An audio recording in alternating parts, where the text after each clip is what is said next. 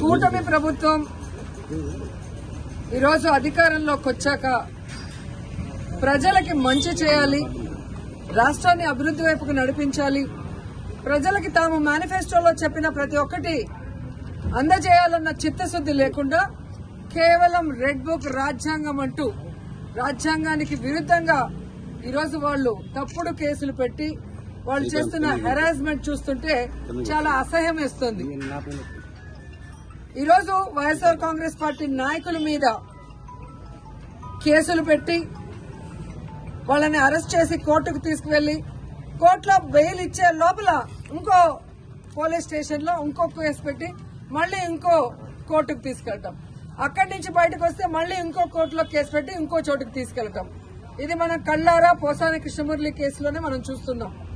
అలా చాలా మంది మీద కూడా జరుగుతున్న విషయాన్ని ప్రజలు తెలుసుకోవాలి. ఎందుకంటే సుప్రీంకోర్టు క్లియర్ గా మార్గదర్శకాలు ఇవ్వడం జరిగింది.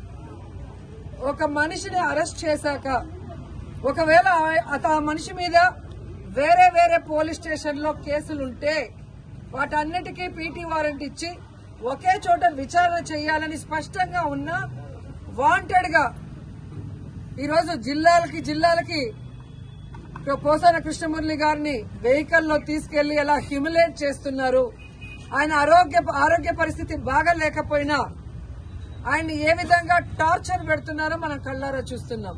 అంటే సుప్రీంకోర్టు ఇచ్చిన మార్గదర్శకాలకు కూడా తిలోదకాలు ఇచ్చి ఈరోజు అధికార పార్టీ వాళ్ళు చెప్పినట్టుగా అధికారులు నడుచుకోవడం చాలా దురదృష్టకరం.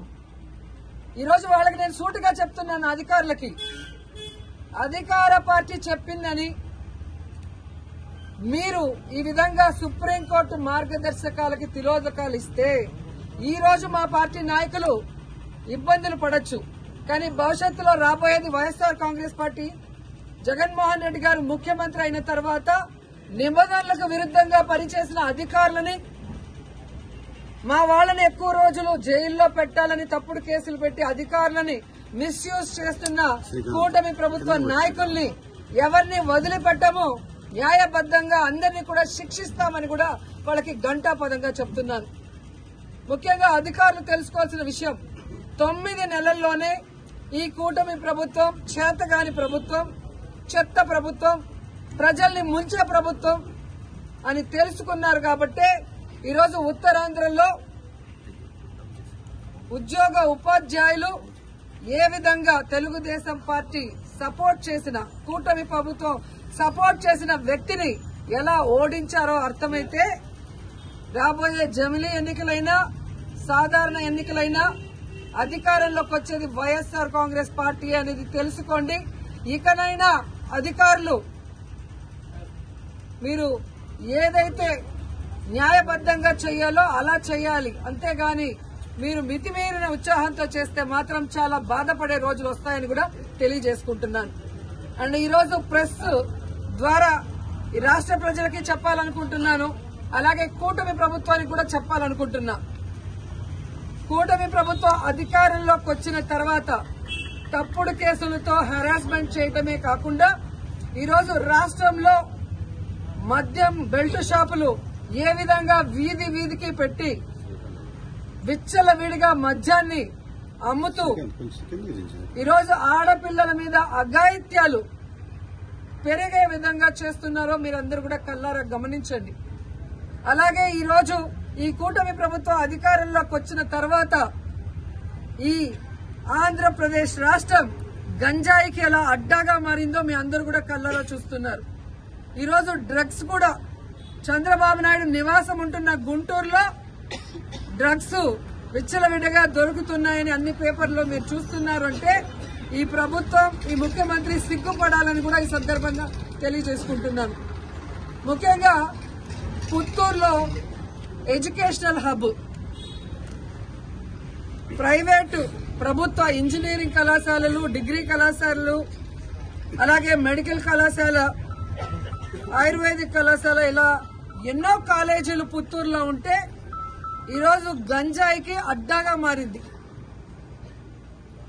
గతంలో కూడా తెలుగు యువత హరి అనే అబ్బాయి ఈ విధంగా విచ్చలవిడిగా గంజాయి అమ్ముతూ దొరికిన దాఖలాలు పుత్తూరులో మీకు కనిపించాయి. అదే వ్యక్తి వైజాగ్ లో దొరికాడు 28 కిలోలతో, అది కూడా మీరు గమనించారు. ఆ రోజుల్లో మేము పోలీసు వాళ్ళని ఇలాంటివి జరగకుండా తప్పు పనులు చేసే వాళ్ళని తరిమి కొట్టాం. కానీ ఈ రోజు ఎమ్మెల్యేనని చెప్పుకునే వ్యక్తి ఆడికి అమావాస్యకి ఒక రోజు కాన్స్టిట్యున్సీకి వస్తున్నాడే తప్ప గంజాయికి అడ్డాగా మారిన పుత్తూరుని నగిరిని కాపాడటానికి ఏ రోజు ఆయన నాయకులు పని చేయలేదు. ఈరోజు ఎంతో నమ్మకంతో తల్లిదండ్రులు తమ పిల్లల్ని పుత్తూరు నగిరి కాలేజీలకు పంపిస్తే వాళ్ళు అక్కడ హాస్టల్లో ఉండి చదువుకుంటున్న వాళ్ళకి గంజాయి డ్రగ్స్ అందుబాటులో తీసుకొచ్చి ఆ పిల్లల జీవితాలు నాశనం చేస్తుంటే ఆ ఎమ్మెల్యే పట్టించుకోవట్లేదు, అధికారులు పట్టించుకోకపోవడం దురదృష్టకరం. ఎందుకంటే మొన్ననే నగిరి రూరల్ ఎంకొత్తూరు హై స్కూల్లో పిల్లలు గంజాయి తాగి హెడ్ మాస్టర్ కాలర్ పట్టుకోవడం, ఆడపిల్లల్ని గిచ్చి ఏడిపించడం, టీచర్లని బూతులు తిట్టారని పెద్ద ధర్నా జరిగిన విషయం కూడా మీరందరూ కూడా గమనించుంటారు. సో ఈ విధంగా తెలుగుదేశం పార్టీ అధికారంలోకి వచ్చాక నేరస్తులకి ధైర్యం వచ్చింది. నేరాలు చేయడానికి ఏదో వాళ్ళకి లైసెన్స్ ఇచ్చిన విధంగా రాష్ట్ర వ్యాప్తంగానే కాకుండా నగిరిలో కూడా చాలా దౌర్భాగ్య స్థితిలోకి ఈ ప్రభుత్వం తీసుకెళ్లటం బాధాకరం. ఒక పక్క 100 రోజుల్లో గంజాయి అరికడతానని చెప్పి ముఖ్యమంత్రి గారు, హోమ్ మినిస్టర్ గారు చెప్తారు. కానీ 100 రోజులు అయిపోయింది. కుప్పంలో గంజాయి సాగు జరుగుతూ కూడా మీరు వీడియోలన్నీ చూసుంటారు. మరి ఒక పంట పండాలి అంటే ఈ రోజు ఇత్తనం వేస్తే రేపు రాదు కదా. మరి అంత సాగు జరుగుతూ ఉంటే ముఖ్యమంత్రి సొంత కాన్స్టిట్యున్సీలో చంద్రబాబు నాయుడు గారు నిద్రపోతున్నారు.